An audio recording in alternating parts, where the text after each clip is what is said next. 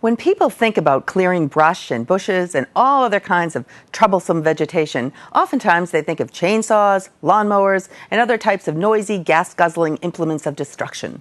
PCN met up with some entrepreneurs that found a more organic and quiet way to take care of that nasty business. I got 200 for my birthday. Milk in it. They probably don't like the white stuff. I think that's Goatscaping is using goats to eat poison oak, poison sumac, poison ivy for sure. That's the #1 reason why people call us. They will eat everything green from about 4 to 6 inches off the ground to about 5 or 6 feet, whatever they can reach.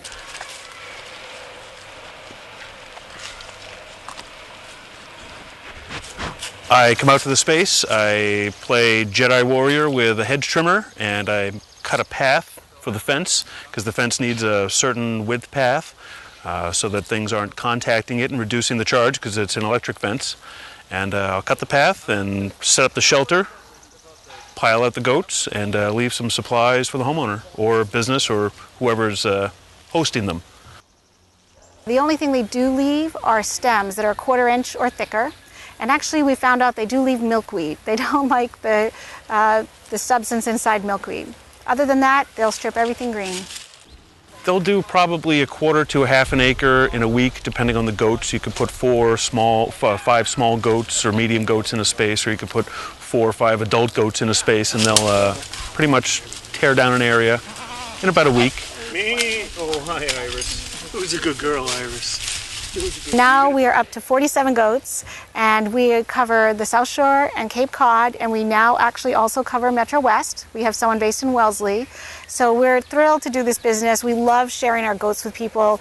It has a rent-a-pet aspect, so people really love and enjoy our goats almost as much as we do, and they do a great job.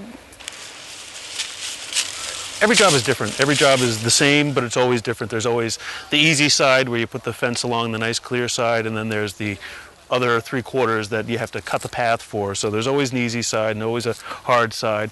They're all the same, but they're all different because the terrain is always different.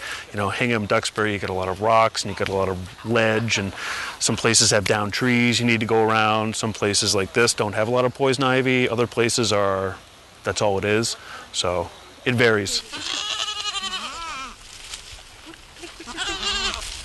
One of the things that's most rewarding for us working with the goats is that we know we're doing our little bit for the groundwater, and we're helping to avoid some herbicide with golf courses and residences. So it definitely has a feel-good aspect. I think we're also reintroducing people to goats. Goats are the second domesticated animal after dogs, and goats were actually what allowed humans to civilize into town. So for us it's really fun for them to rediscover goats, which are so essential to human history. They're a cross between a dog and a horse, actually. So to see people rediscover how wonderful goats are, that's incredibly rewarding.